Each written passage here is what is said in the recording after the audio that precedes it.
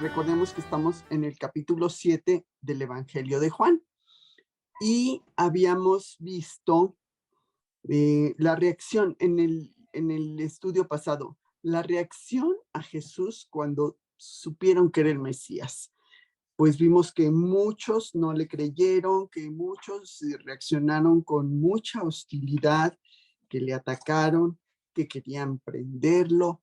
Otros, pues confundidos, que no sabían si de veras sería el Mesías, qué pasaba, ¿no? Estaban como muy confundidos. Vimos la reacción que tuvieron varios personajes, pues como entre sus mismos discípulos hubo muchos que le abandonaron, otros que le siguieron. Entonces, hoy, continuando con este estudio del capítulo 7, iremos a los versículos del 35 al 52. Y el estudio de hoy se llama La invitación. Entonces, voy a orar primero y luego leeremos esos versículos del capítulo 7 de Juan, del 37 al 52. Señor, te queremos dar muchas gracias, amado Padre Todopoderoso, por permitirnos estar nuevamente reunidas en tu nombre. Gracias, Padre, por las bendiciones que recibimos de ti cada día. Gracias también por todas esas oraciones contestadas conforme a tu tiempo, Señor, y conforme a tu voluntad.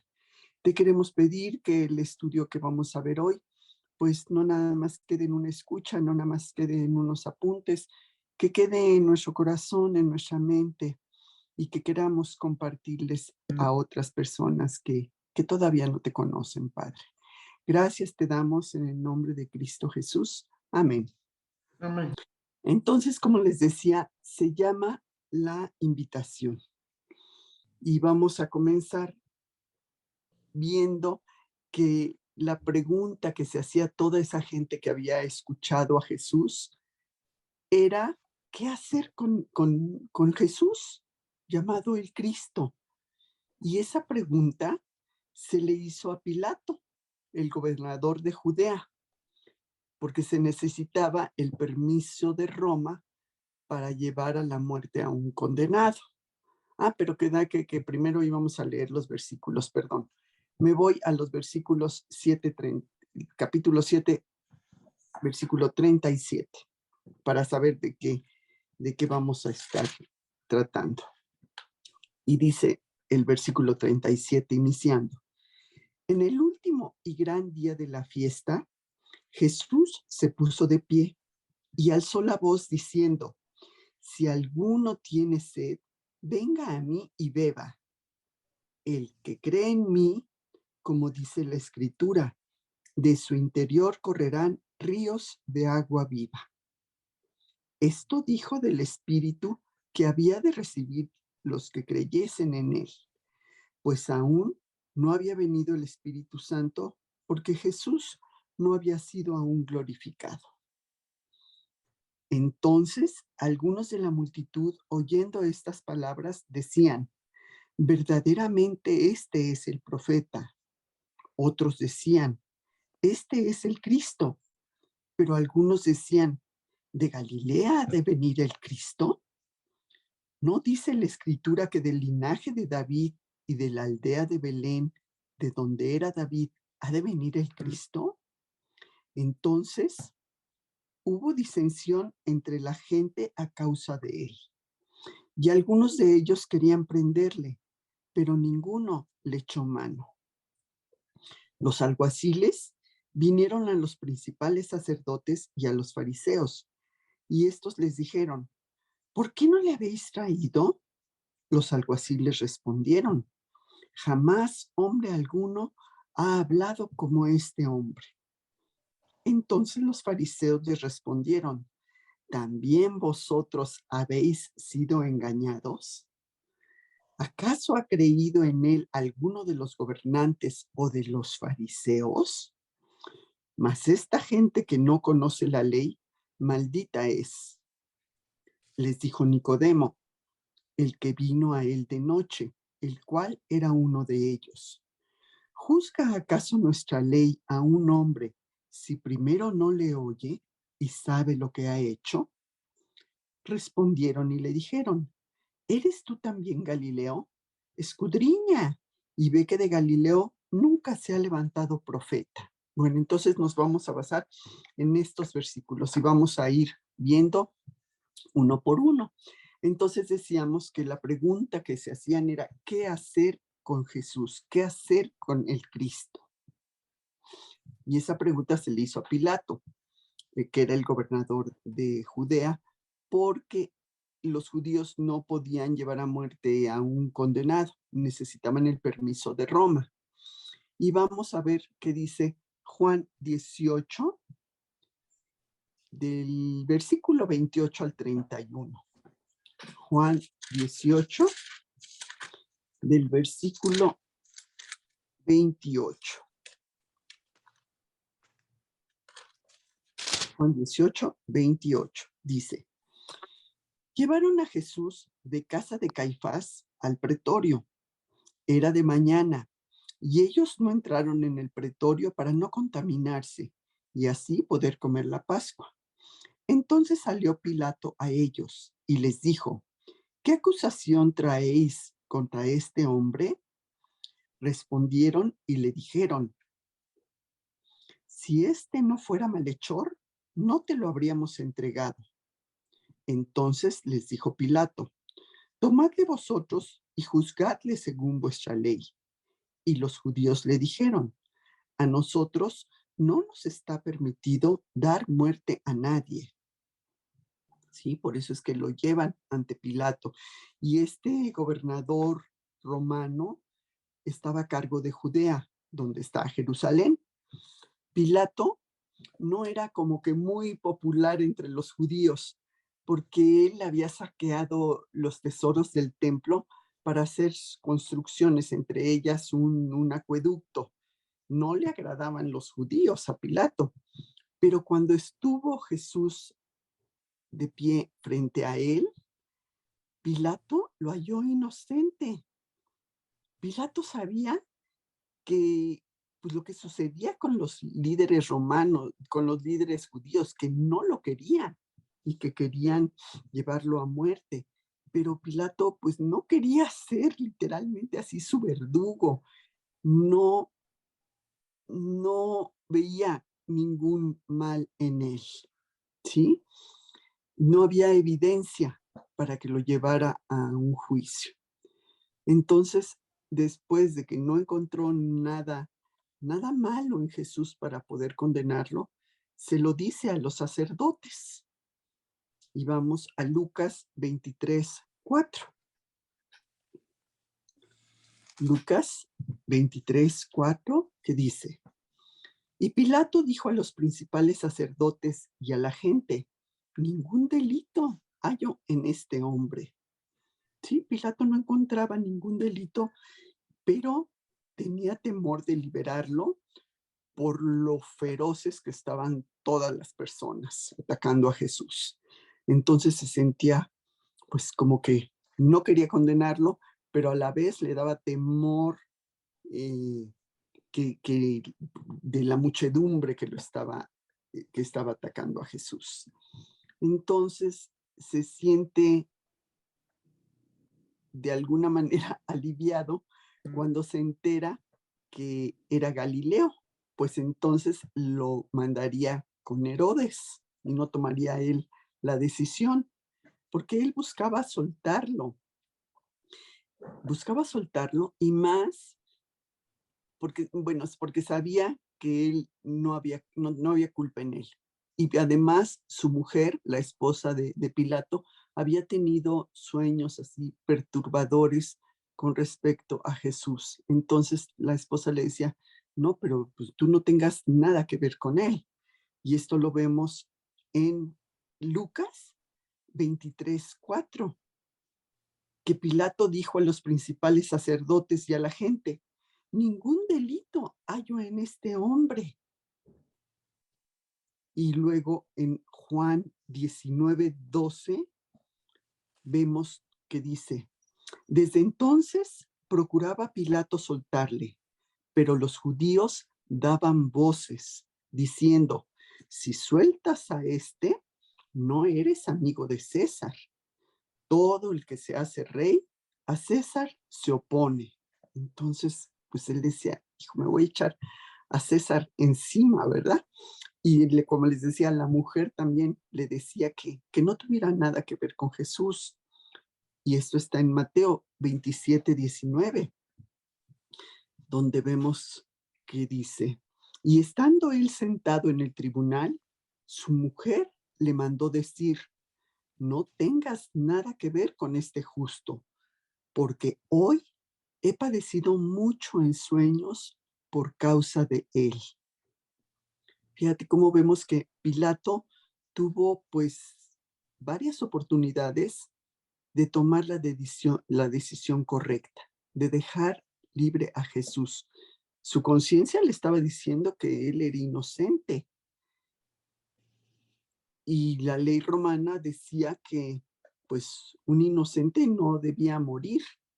Y aparte, la esposa le había dicho lo que su sueño, el sueño que ella había tenido, que no tuviera él nada que ver con Jesús, pues no tenía Pilato motivo para condenar a Jesús, pero le daba temor la turba enfurecida que estaba atacando a Jesús. Y quizá él quería soltarlo, porque vemos que en Marcos 15:6, Evangelio de Marcos, capítulo 15, versículo 6, dice, ahora bien, en el día de la fiesta, le soltaba un preso, cualquiera que pidiese. Y en Mateo 27:16, vemos que dice Mateo 27:16, y tenían entonces un preso llamado Barrabás. Barrabás estaba preso, estaba ahí también y había participado en una rebelión contra el gobierno romano. Era enemigo de Roma y él sí había cometido delito, ¿sí? Pero, ¿qué pasó? Que la gente prefirió que soltaran a Barrabás a soltar a Jesús, ¿sí? Y Pilato les dice, ¿qué hago con Jesús? Que vemos en Mateo 27:22. Pilato les dijo, ¿qué pues haré de Jesús llamado el Cristo? Y todos le dijeron, sea crucificado.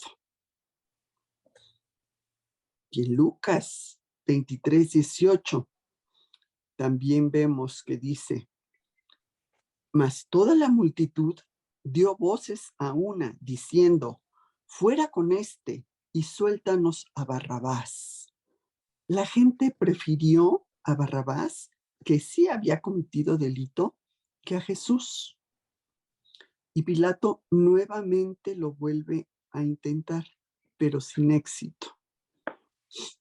En Marcos 15:14 vemos que dice, Pilato les decía, pues qué mal ha hecho, pero ellos gritaban aún más, crucifícale.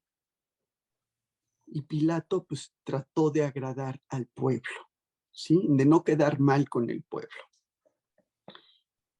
Y Lucas 23:22, que vemos que por tercera vez Pilato les dice, él les dijo por tercera vez, pues qué mal ha hecho este. Ningún delito digno de muerte he hallado en él. Le castigaré, pues, y le soltaré.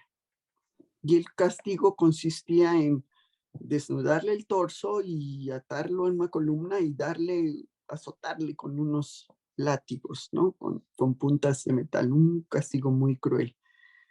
Pero de todas formas, el pueblo seguía diciendo, no, crucifícale, crucifícale. Y en Mateo 27:24, viendo Pilato que nada adelantaba y que se hacía más alboroto,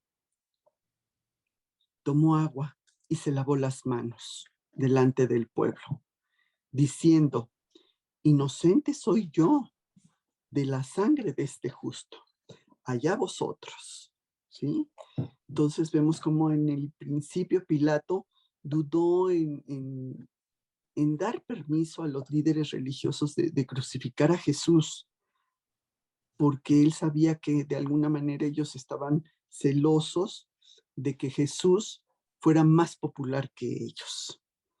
Y cuando le dijeron a Pilato, lo amenazaron con decirle a César de la actitud que él estaba teniendo, pues se atemorizó y pensó que su puesto estaría en peligro.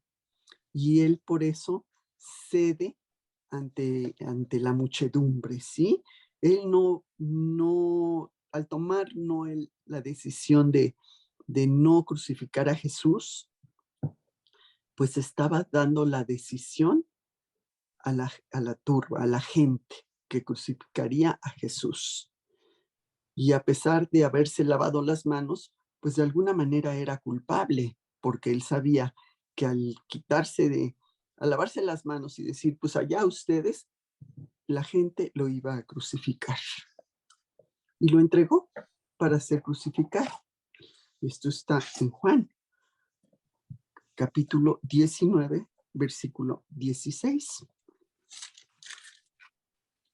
que dice: así que entonces lo entregó a ellos para que fuera crucificado. Tomaron pues a Jesús y le llevaron. No supo Pilato qué hacer con Jesús y terminó pues condenándose.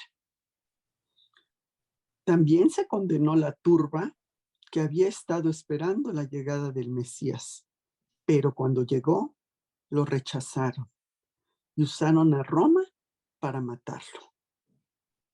Vamos a Hechos 2, versículo 22 y 23. Hechos 2, versículo 22 y 23, que dice: varones israelitas, oíd estas palabras. Jesús Nazareno, varón aprobado por Dios entre vosotros, con las maravillas, prodigios y señales que Dios hizo entre vosotros por medio de él, como vosotros mismos sabéis, a este, entregado por el determinado consejo y anticipado conocimiento de Dios, prendisteis y matasteis por manos de inicuos, crucificándole. Estos judíos incrédulos que incitaron a la muerte de Jesús, que fue ejecutada por los romanos. Y tomaron ellos pues toda la responsabilidad, porque vemos que en Mateo 27, 25, Mateo 27, 25 dice: y respondiendo todo el pueblo, dijo: su sangre sea sobre nosotros y sobre nuestros hijos. O sea, los judíos pues aceptaron esa culpa que tuvieron de la ejecución de Jesús. Y vemos que bueno, a través de los siglos y a través de los tiempos, muchos han tomado esa actitud, esa decisión incorrecta, igual que esos judíos en ese tiempo. Vamos a ver qué dice Romanos 10, 9. Y esa actitud incorrecta de rechazar a Jesús. Romanos 10, 9 dice que si confesares con tu boca que Jesús es el Señor y creyeses en tu corazón que Dios le levantó de los muertos, serás salvo. Y no es un simple reconocimiento de que Él es Dios y Señor del universo. No nada más es, ok, lo reconozco. No, es algo más, porque dice el libro de Santiago, también los demonios creen y tiemblan, sino se trata de una convicción personal, profunda, sincera, sin reservas, de que Jesús tenga un señorío completo en nosotros. Y esto es reconocer que hemos faltado, que hemos pecado, tener ese arrepentimiento por todas esas faltas y la plena confianza en Jesús para tener la salvación. Tener la salvación, de alguna manera, someternos a su voluntad. Y para esto también, pues, el creer en la resurrección de Jesús es necesaria para esa salvación. ¿Sí? Porque demostró con esa resurrección, pues, que Cristo afirmaba quién era, quién decía ser, y que el Padre había aceptado ese sacrificio en sustitución de los pecados, de nuestros pecados. Entonces, no nada más es creer, es entregar nuestra vida a Él, estar convencidos plenamente. Y Hechos 4:12 dice, Hechos capítulo 4, versículo 12, dice, y en ningún otro hay salvación, porque no hay otro nombre bajo el cielo dado a los hombres en que podamos ser salvos. La fe en Jesucristo es la única condición que tenemos para la salvación.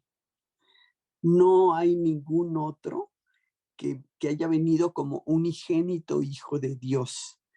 Ningún otro murió por nuestros pecados y ningún otro resucitó de la muerte. Uh-huh.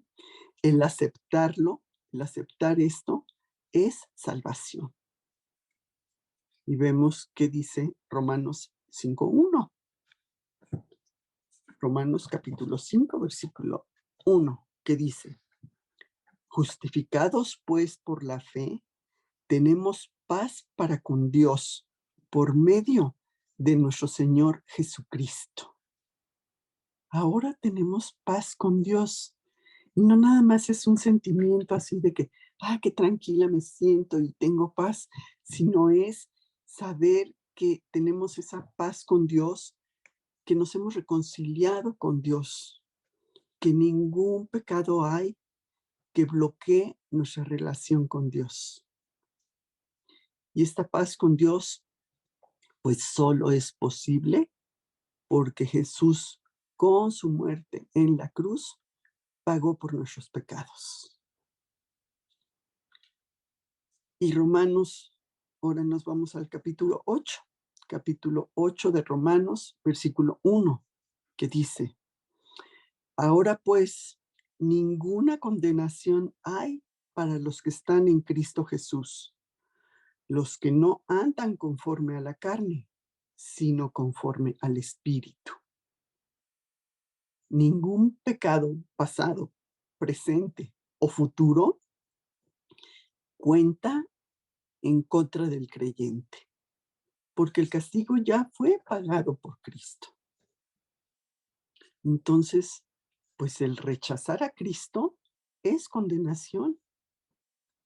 Y esto nos lo dice muy claro en Juan 3:36, que dice, el que cree en el Hijo tiene vida eterna, pero el que rehúsa creer en el Hijo no verá la vida, sino que la ira de Dios está sobre él. Jesús nos dice que todo aquel que cree tiene vida eterna. Y esa vida eterna la recibimos cuando decidimos aceptar a Cristo en nuestro corazón. Y esa vida nos une a Dios que es eterno, ¿sí? Empieza desde el momento en que nacemos de nuevo, espiritualmente. Y ahí decidimos nosotros a quién vamos a obedecer. Pero Dios quiere que lo elijamos a Él. Y cuando decimos, pues luego, yo más tarde, cuando ya sea más grande, o sea, estamos perdiendo una muy importante oportunidad, ¿sí? Y la indecisión de venir a Cristo puede ser una decisión fatal, porque no sabemos si más adelante tendremos oportunidad de hacerlo. Entonces vemos como aquí los judíos tuvieron también muchas oportunidades de escuchar el mensaje, de creerle, pero tuvieron, ¿qué pasó? Hacia él tuvieron un rechazo continuo, ¿sí? Y vemos que en el último día de la fiesta, recuerden que estamos en la fiesta de los tabernáculos, y vemos en nuestro capítulo 7, que es el que estamos estudiando, versículo 37, que dice: en el último y gran día de la fiesta, Jesús se puso de pie y alzó la voz, diciendo: si alguno tiene sed, venga a mí y beba. ¿Mm? En este último día de la fiesta, Jesús, una vez más, vuelve a hacer esa invitación a que el pueblo lo aceptara como esa fuente de agua viva, que ya les había dicho en ocasiones anteriores que Él era el pan de vida, que Él era el agua viva. Jesús hace esta invitación y vemos que la reacción de la gente es de 4 maneras diferentes. Primero, vemos pues la invitación, ¿no? Que está en los versículos 37 al 39, repito, y dice: en el último y gran día de la fiesta, Jesús se puso de pie y alzó la voz, diciendo: si alguno tiene sed, venga a mí y beba. El que cree en mí, como dice la Escritura, de su interior correrán ríos de agua viva. Y yo creo que todos en algún momento, en muchos momentos de nuestra vida, tenemos esa sed espiritual. Y aquí Jesús está dando la oportunidad de acercarse a esa fuente de agua viva. Él es esa agua viva que da la vida eterna. Estaba dando esa oportunidad a toda esa gente que le escuchara para que vinieran a Él, para que creyeran a Él, para que tomaran de esa agua viva. Y no era la primera vez que Él les invitaba a creer, que Jesús invitara a creer en Él. No era la primera vez. Vemos desde el capítulo anterior, capítulos anteriores, en Juan 5:24, que Jesús les dice: de cierto os digo, el que oye mi palabra y cree al que me envió, tiene vida eterna y no vendrá condenación, mas ha pasado de muerte a vida. Esa vida eterna, ese vivir para siempre con Dios, que comienza desde el momento en que aceptamos a Cristo como nuestro Salvador. En ese momento inicia esa nueva vida en nosotros, esa nueva vida espiritual. Y tampoco era la primera vez que Jesús usaba las palabras de agua viva. Vimos en el capítulo 4 de Juan 4, versículos 13 y 14. Dice: respondió Jesús y les dijo: cualquiera que bebiera de esta agua volverá a tener sed, mas el que bebiere del agua que yo le daré no tendrá sed jamás, sino que el agua que yo le daré será en él una fuente de agua viva que salte para vida eterna. Así como nosotros tenemos físicamente en nuestro cuerpo esa necesidad de alimentarnos y de tomar agua, también lo tiene nuestra alma, también tiene esa sed espiritual. Pero no, nosotros no privamos a nuestro cuerpo de que cuando tenemos sed tomemos agua, ni cuando tenemos hambre tomemos alimento. Pero ¿por qué si muchas veces lo hacemos con nuestra alma, que sentimos esa hambre, esa sed espiritual y no hacemos nada? ¿Por qué? Y Jesús usaba esta metáfora del agua Pues porque en esa época donde estaban, entender, ellos sabían perfectamente lo que era estar en un lugar árido y lo que era tener sed. Entonces era una buena metáfora para que comprendieran esa necesidad de salvación. Y Jesús alzó la voz para que todos les escucharan. Y al ponerse de pie, pues le daba más énfasis a lo que estaba diciendo. Y vemos cómo usa Jesús una metáfora que viene en Isaías 55:1. El libro de Isaías en el Antiguo Testamento, capítulo 55, versículo 1, que dice: a todos los sedientos, venid a las aguas, y a los que no tienen dinero, venid, comprad y comed. Venid, comprad sin dinero y sin precio, vino y leche. Ujú. La comida, el alimento, nos cuesta dinero y no dura mucho tiempo, dura nada más un tiempo y al día siguiente pues tendremos que volver a satisfacer esa hambre y esa sed. Pero aquí Dios nos ofrece ese alimento gratuito que nutre nuestras almas y que no nos cuesta. Lo que nos cuesta es creer. Sí, volvemos al pasaje de en la fiesta de los tabernáculos había la tradición de usar agua para conmemorar la provisión milagrosa que habían tenido de Dios en el desierto.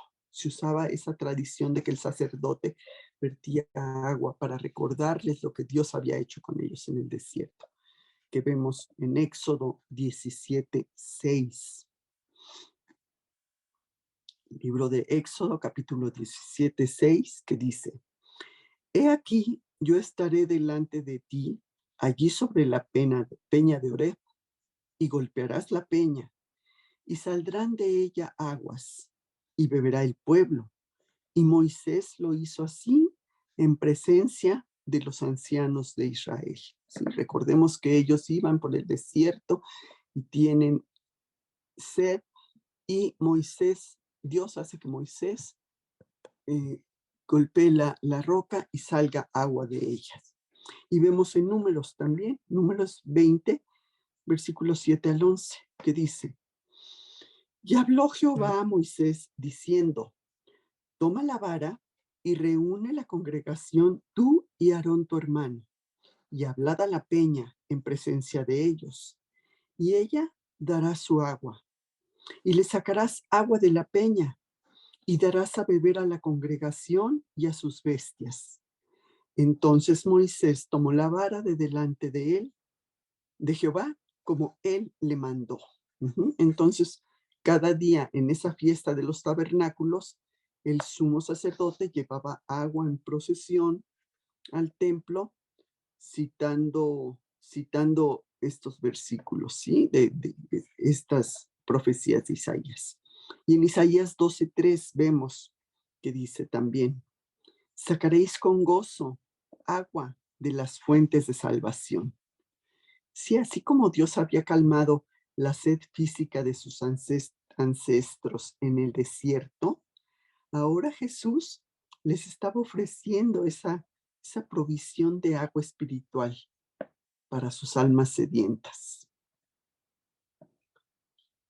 Y en el templo, como les decía, el sacerdote derramaba esa agua en ofrenda a Dios y recitaba el salmo, los salmos del 113 al 118. Y con esto como fondo, Jesús habla y Él les está diciendo que Él es el agua que sí satisface. En Juan 7:37c, en la última parte de ese versículo, cuando dice: Jesús se puso en pie y alzó la voz diciendo: si alguno tiene sed, venga a mí y beba. Jesús ponía un gran final en este último día de la ceremonia en el templo, invitando a la gente a tomar el agua que sí satisface. Y para eso, pues había palabras claves en esa invitación, ¿sí? Sed. Todo mundo sabía lo que era tener sed. En Isaías 55:1 vemos que dice: a todos los sedientos, venid a las aguas, y los que no tienen dinero, venid, comprad y comed. Venid, comprad sin dinero y sin precio vino y leche. ¿Sí? Les está haciendo la referencia. El beber. Y el beber no nada más es que tú tengas el agua y ahí la tengas, es que te la apropies, que te la tomes, porque ¿de qué te sirve que tengas sed y tengas garrafones de agua si ahí están, si tú no te la apropias? Entonces, igual, solo quien se apropia a Jesús recibe el agua viva. Y para esto, pues se necesita más que tener remordimiento, porque vemos lo que nos dice Hechos 11:18, que dice: entonces, oídas estas cosas, callaron y glorificaron a Dios, diciendo: de manera que también a los gentiles ha dado Dios arrepentimiento para vida. Sí, los judíos tenían que aceptar a los que Dios eligió. Aunque fueran gentiles, ellos sentían que ellos eran los únicos. Y a los que se apropian el sacrificio de Jesús. Hechos 4:12, que es muy claro también lo que nos dice Hechos 4:12. Y en ningún otro hay salvación, porque no hay otro nombre bajo el cielo dado a los hombres en que podamos ser salvos. La fe en Jesucristo es la única condición para la salvación. Ningún otro, como decíamos, ningún otro murió por nuestros pecados, ningún otro vino a la tierra como unigénito Hijo de Dios, ¿sí? Y el que cree en él no solo recibe agua viva, sino ríos de agua viva. Y nos lo dice en el siguiente versículo de Juan 7:38, dice: el que cree en mí, como dice la Escritura, de su interior correrán ríos de agua viva. ¿Sí? El cristiano es el conducto de agua viva para que muchos más vengan a la salvación y para edificación de otros, ¿sí? Y los demás, pues, serán falsos profetas. En Juan 6:53 nos dice: Jesús les dijo: de cierto os digo, si no coméis la carne del Hijo del Hombre y bebéis su sangre, no tenéis vida en vosotros. Vimos en los estudios anteriores cómo Jesús usa esa analogía de que igual que comer y beber es necesario para nuestra vida física, la fe en el sacrificio y muerte de Jesús es necesaria para la vida eterna, ¿sí?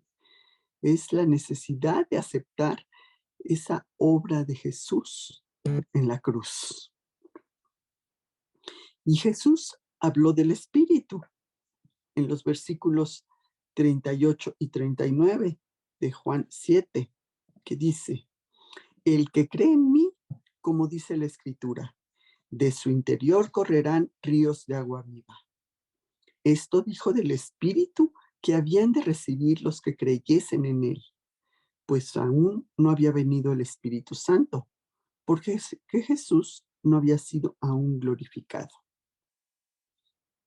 ¿Sí? Y actualmente, pues el Espíritu Santo está al alcance de todos los que acepten a Jesús como Salvador. El Espíritu Santo es quien imparte vida eterna y pone el deseo de compartirla a otros. Y vemos que sucedió en Hechos 4:31, cuando los discípulos recibieron el Espíritu Santo, que dice, Hechos 4:31 dice: Cuando hubieron orado, el lugar donde estaban congregados tembló y todos fueron llenos del Espíritu Santo y hablaban con denuedo la palabra de Dios. Para hablar con denuedo, o sea, es como se requiere valor de vencer los temores y hacer lo que se debe hacer. Y muchas veces pidámosle a Dios que el Espíritu Santo nos dé ese valor para hablarle a otros de Dios, ¿sí? Para que tengamos esas oportunidades y no tener vergüenza al rechazo o al ataque que pudiéramos tener. Y esta promesa era para el futuro, porque el Espíritu Santo en ese momento no había llegado. Y vemos Juan 16:31, que dice, ellos dijeron, cree en el Señor Jesucristo y serás salvo tú y tu casa. El Espíritu Santo había actuado en el pasado, pero ahora moraría en el creyente permanentemente. Nos lo dice en Juan 14:17. El Espíritu de verdad, a cual el mundo no puede recibir porque no le ve ni le conoce, pero vosotros le conocéis porque mora con vosotros y estará con vosotros. Estará con nosotros para siempre. Mora en nosotros. Está con nosotros. El Espíritu Santo nos guía, nos enseña, nos convence de pecado, nos da el querer hacer la voluntad de Dios. Y vemos aquí cómo a los apóstoles, después del Pentecostés, les fue dado el Espíritu Santo en toda plenitud. Y aquí está en 1 Corintios 12:13. 1 Corintios 12:13. Dice, porque por un solo espíritu fuimos todos bautizados en un cuerpo, sean judíos o griegos, sean esclavos o libres, y a todos se nos dio a beber de un mismo espíritu. Cuando una persona se hace cristiana, el Espíritu Santo hace de ella su residencia, Él mora en nosotros. Nacemos dentro de la familia de Dios. Y Romanos 8:9. Romanos capítulo 8, versículo 9, que dice, mas vosotros no vivís según la carne, sino según el Espíritu, si es que el Espíritu de Dios mora en vosotros. Y si alguno no tiene el Espíritu de Cristo, no es de él. Y cristiano es todo aquel que tiene el Espíritu de Dios morando en él.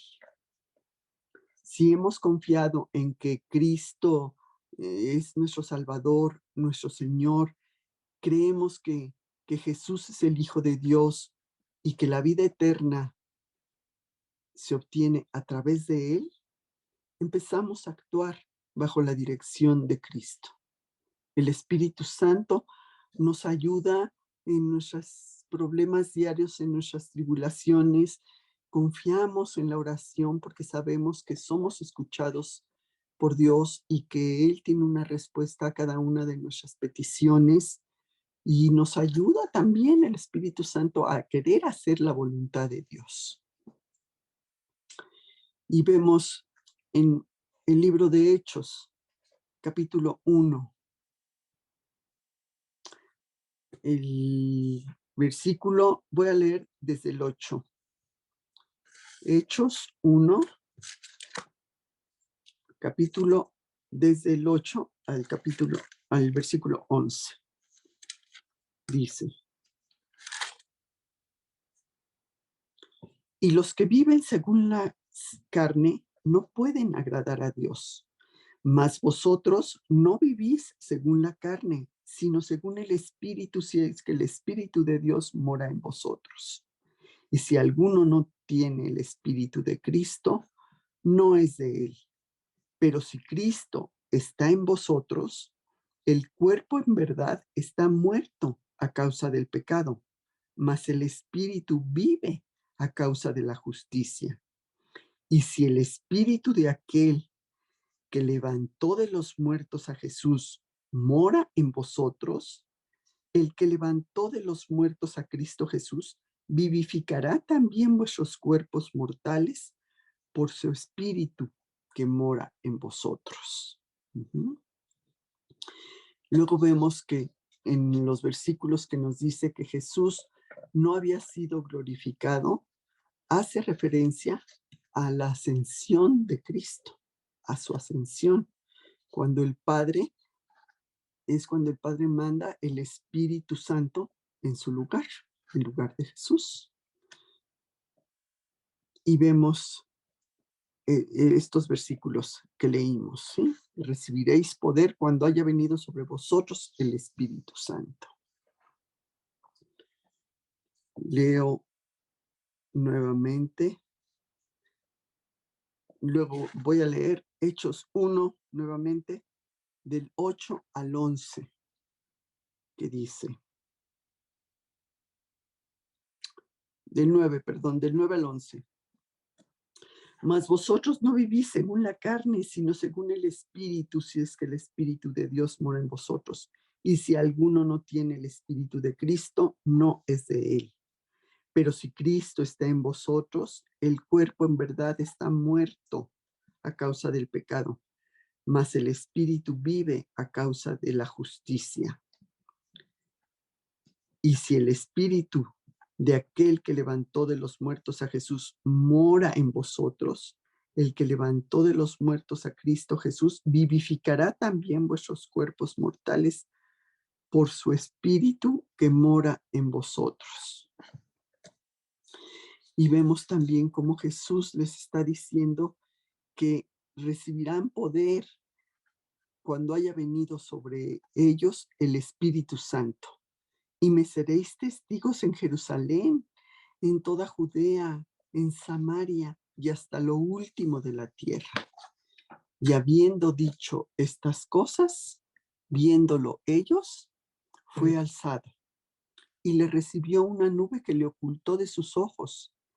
Y estando ellos con los ojos puestos en el cielo, entre tanto que él se iba, he aquí se pusieron junto a ellos dos varones con vestiduras blancas, las cuales también les dijeron, varones Galileos, ¿por qué estáis mirando el cielo? Este mismo Jesús que ha sido tomado de vosotros al cielo, así vendrá como le habéis visto ir al cielo. ¿Sí? Jesús prometió a sus discípulos que recibirían poder al recibir el Espíritu Santo y que le fueran testigos a todas las personas, en todas las naciones, acerca de él. Y así Dios quiere que nosotros también lo hagamos en su nombre. Él tiene una labor importante para cada uno de nosotros y debemos desarrollar esa labor en el poder que nos da el Espíritu Santo para compartir ese mensaje de Dios, del amor de Dios. Vemos que quienes responden a esa invitación que Jesús hace, reciben esa agua de salvación. Y vimos cómo para los apóstoles el Espíritu Santo vendría tiempo después, vendría cuando Jesús ascendiera al cielo. ¿Y qué reacciones hay ante estas cosas que dice Jesús? Vamos a ver Juan 7, 40 al 42. Juan 7, 40 dice, entonces algunos de la multitud, oyendo estas palabras, decían, verdaderamente, este es el profeta. Otros decían, este es el Cristo. Algunos creyeron que Jesús era el profeta de quien había escrito Moisés, que está en Deuteronomio 18, 15 al 18, que dice, Deuteronomio, los primeros 5 libros de la Biblia, el quinto, dice, profeta de en medio de ti, de tus hermanos, como yo, te levantará Jehová tu Dios. A él oiréis, conforme a todo lo que pediste a Jehová tu Dios en Horeb, el día de la asamblea, diciendo, no vuelva yo a oír la voz de Jehová mi Dios, ni vea yo más este fuego, este gran fuego, para que no muera. Y Jehová me dijo, han hablado bien en lo que han dicho. Profeta les levantaré de en medio de sus hermanos, como tú, y pondré mis palabras en su boca, y él les hablará todo lo que yo le mandare. Este profeta definitivo que iba a venir, hace referencias a Jesús, hace la referencia al Mesías. Y bueno, cuando menos estaban convencidos en que venía de Dios. Otros, ¿qué hacían? Pues sí, aseguraban que era el Cristo, ¿no? Como vimos en el 41, que decían, otros decían, este es el Cristo, pero algunos decían, ¿de Galilea ha de venir el Cristo? Se hacían preguntas acerca de Jesús. Unos sí creían, pero otros lo descalificaban como Mesías porque era de Nazaret, pero nació en Belén, pero creció en Nazaret, pero no se tomaban la molestia de investigar el verdadero lugar de nacimiento. Y habían sido callados por los fariseos, como vimos en Juan 7:13, que dice, pero ninguno hablaba abiertamente de él por miedo a los judíos, porque los líderes religiosos tenían mucha influencia en la gente común, y amenazaban a cualquiera que pudiera hablar abiertamente de Jesús. Pero ahora esta gente, los que sí creían, lo estaban proclamando abiertamente. Ellos eran parte de ese remanente de Israel que vemos que habla en Isaías 10, 20 y 21. Isaías 10, 20 y 21, que dice,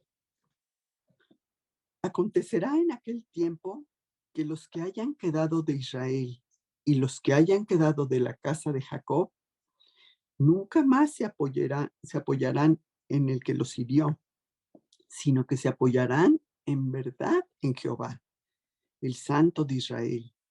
El remanente volverá, el remanente de Jacob volverá al Dios fuerte.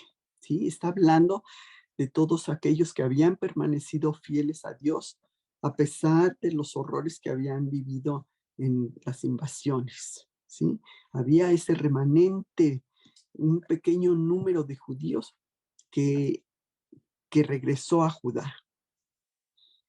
Y vemos a Jeremías 23:3, el siguiente libro después de Isaías, Jeremías 23:3, que dice, y yo mismo recogeré el remanente de mis ovejas de todas las tierras a donde las eché, y las haré volver a sus moradas, y crecerán y se multiplicarán. Dios restauró a esos israelitas exiliados a su antigua tierra. Y ahora vamos a Romanos 11:27, que dice,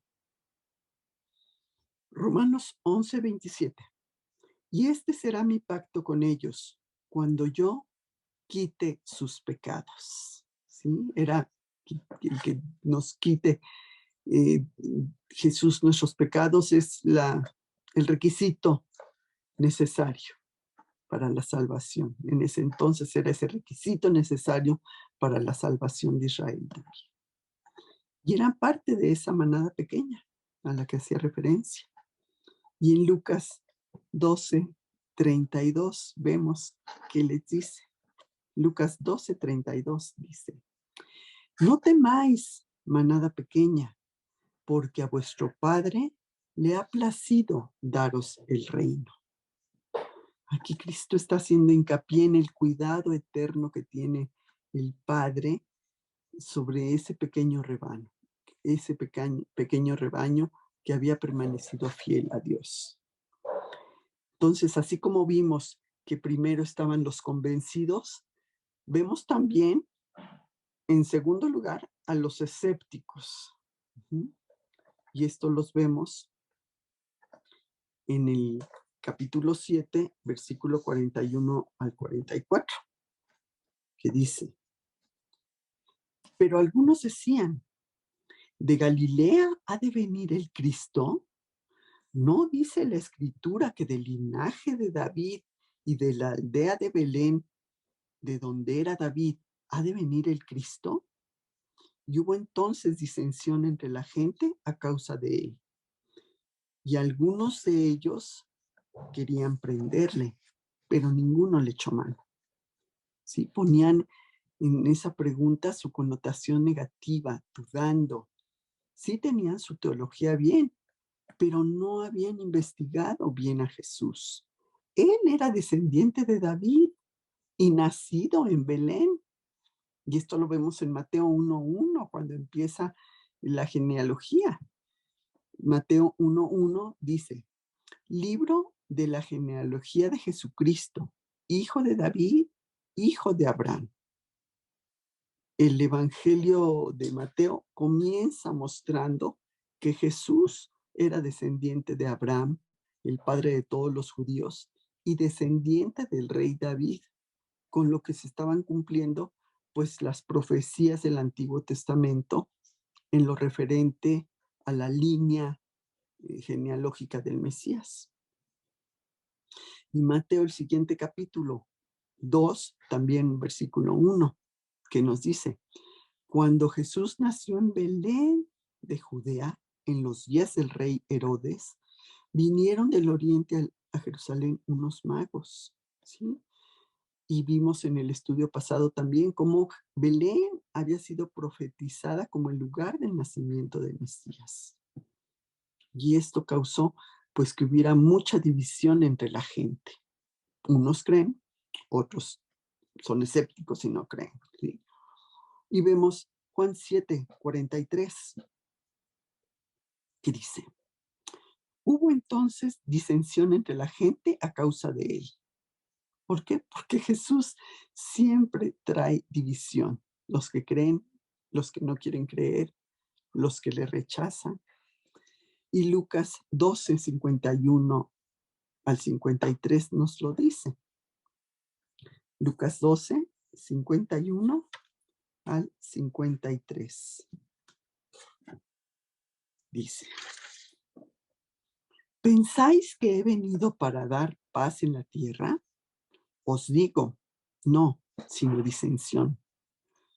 Porque de aquí en adelante, 5 en una familia estarán divididos. 3 contra 2, 2 contra 3. Estará dividido el padre contra el hijo y el hijo contra el padre, la madre contra la hija y la hija contra la madre, la suegra contra la nuera y la nuera contra la suegra.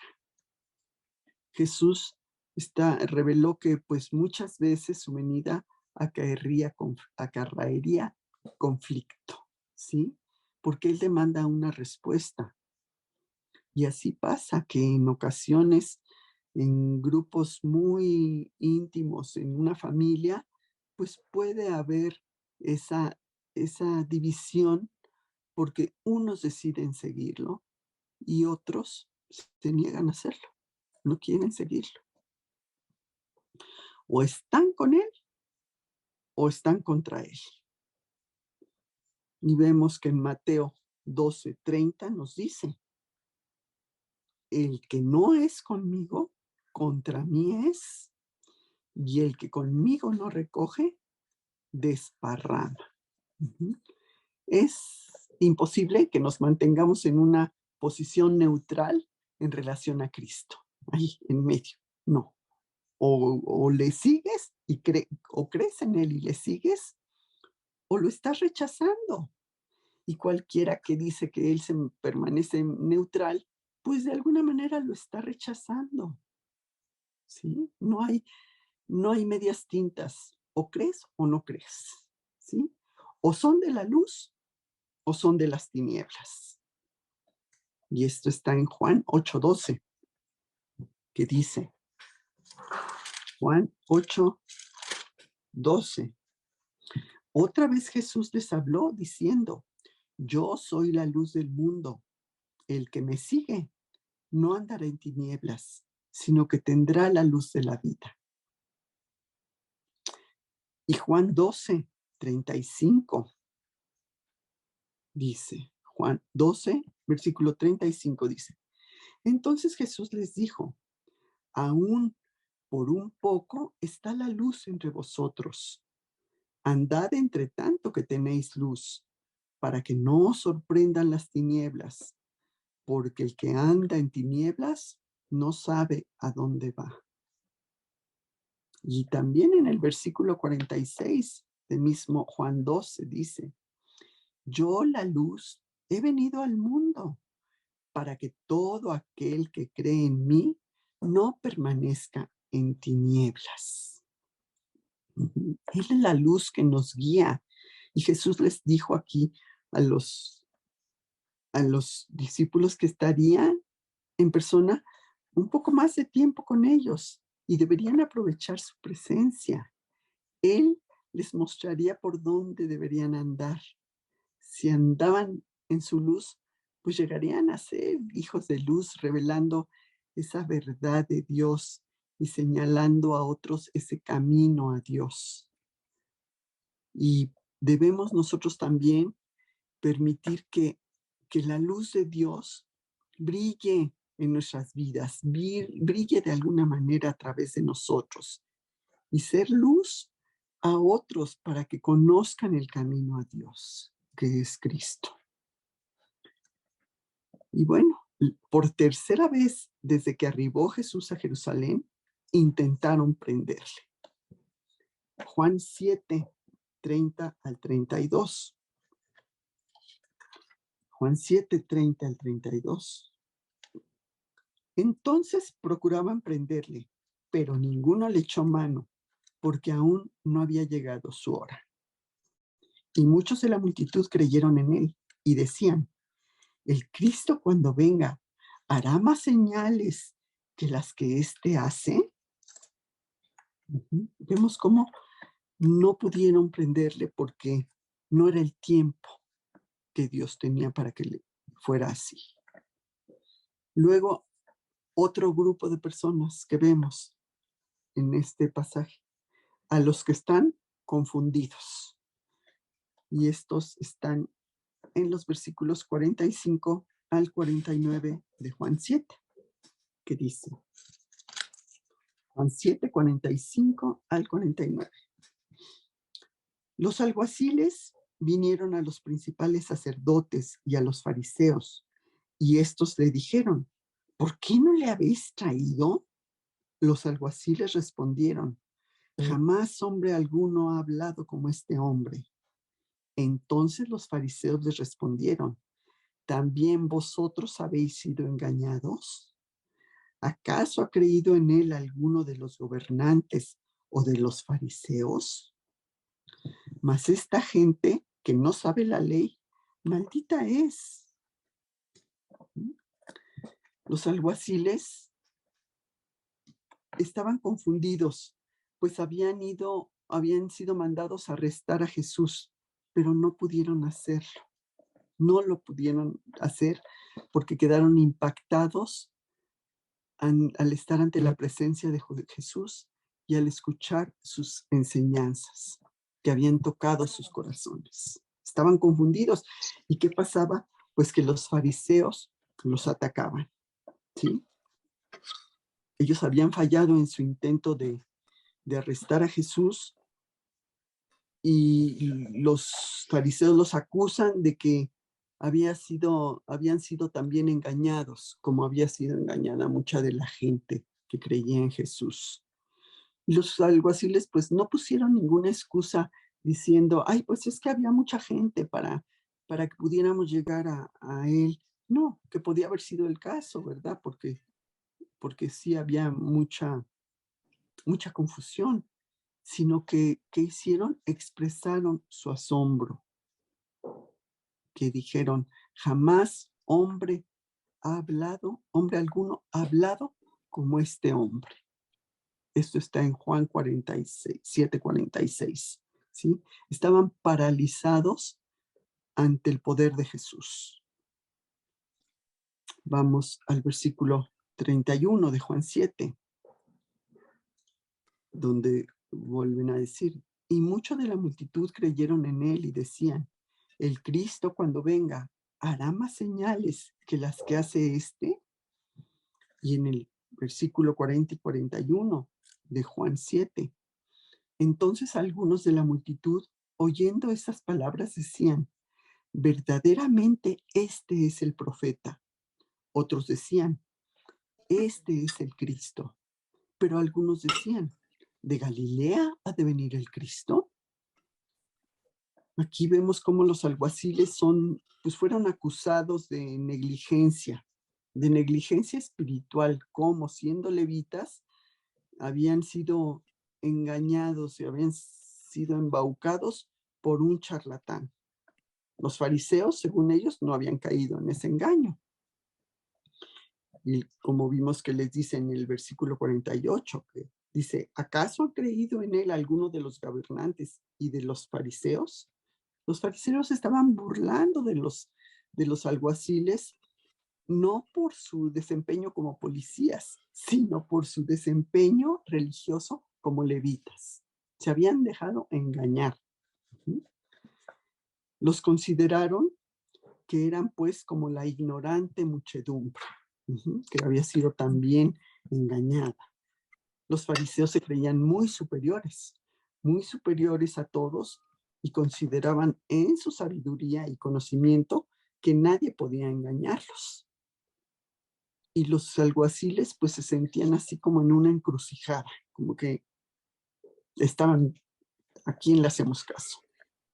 Y el último grupo que vemos es el de los que no hacen nada. Vamos a los versículos 50 al 52, que dice, les dijo Nicodemo, el que vino a él de noche, el cual era uno de ellos, ¿juzga acaso nuestra ley a un hombre si primero no le oye y sabe lo que ha hecho? Respondieron y le dijeron, ¿eres tú también Galileo? Escudriña y ve que de Galilea nunca se ha levantado profeta. Recordemos a Nicodemo, que Nicodemo creía en Jesús y siempre iba a él, acudía a él, pero en la noche, para que no lo descubrieran, para que nadie supiera que él estaba con Jesús. Y era como cristiano de la secreta. Entonces vemos que aquí Nicodemo, a pesar de que no defiende abiertamente a Jesús, sí les llama la atención acerca del procedimiento que están llevando a cabo. Les está diciendo que acaso se juzga a un hombre si primero no se le oye y se sabe lo que ha hecho, ¿sí? Él arriesga, les está diciendo que no están guardando la ley y arriesga su reputación y su posición al estar hablando de alguna manera a favor de Jesús. Fue valiente. Y los fariseos sospechan de él. Les dicen, ay, ¿acaso tú también eres Galileo? Ve lo que dicen las escrituras, ¿sí? Vemos como aquí, pues no todos los religiosos habían rechazado a Jesús. Nicodemo era la excepción. Él era del grupo de religiosos No era discípulo de Jesús todavía, pero sí estaba abierto a Jesús.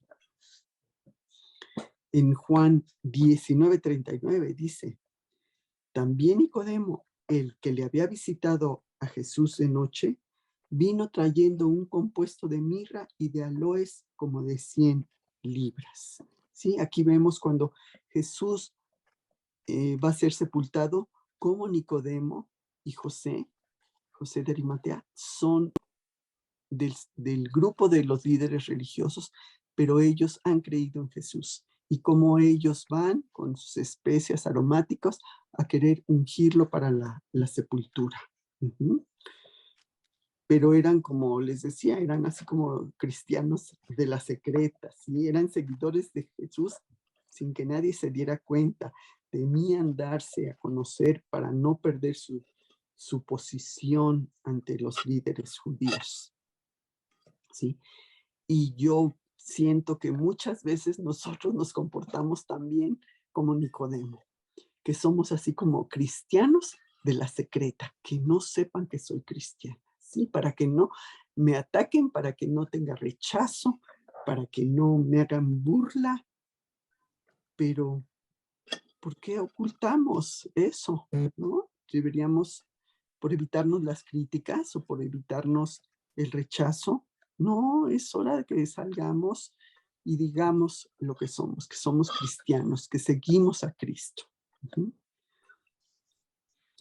Y aquí vemos como, pues, Nicodemo no defendía a Jesús, pero sí cuestionaba a sus compañeros cuando les dice eso, que si juzga la ley, si primero no ha escuchado al culpable. Dice, aún los romanos no condenaban sin causa, y esto está en Hechos 25:16, donde vemos que dice, a esto respondí que no es costumbre de los romanos entregar a alguno a la muerte antes que el acusado tenga delante a sus acusadores y pueda defenderse de la acusación. Al decirles esto, Nicodemo lo rechazan y le contestan agresivamente, ¿sí? Y se burlan y le dicen, en el versículo 52 vemos que le dice, respondieron y le dijeron, ¿eres tú también Galileo? Escudriña y ve lo que dice de Galilea, nunca ha salido, ni se ha levantado un profeta. Uh-huh. Pero aquí vemos que se olvidan que Jonás era de Nazaret, de la tribu de Zabulón, y que había sido profeta. Y esto lo vemos en Segunda de Reyes. Vamos a Segunda de Reyes, al Antiguo Testamento, capítulo 14, versículo 25, que dice, Él restauró los límites de Israel desde la entrada de Hamat hasta el mar de Arabat, conforme a la palabra de Jehová, Dios de Israel, lo cual él había hablado por su siervo Jonás, hijo de Amitai, profeta que fue de Gad. ¿Sí? El profeta Jonás, a quien Dios había mandado a predicar a Nínive, ¿sí? Era de Nazaret. Bueno, acusaban a Nicodemo de que era un ignorante, cuando los que eran ignorantes, pues eran ellos, ¿sí? Porque algunos profetas sí eran de Galilea y Jesús no era de allí, pero la decisión que ellos tenían estaba tomada. No les importaban los detalles. Ellos sentían que Jesús engañaba a la gente, que Jesús blasfemaba, que Jesús curaba en el día de reposo, y todo eso era pues muy mal y merecía ser crucificado.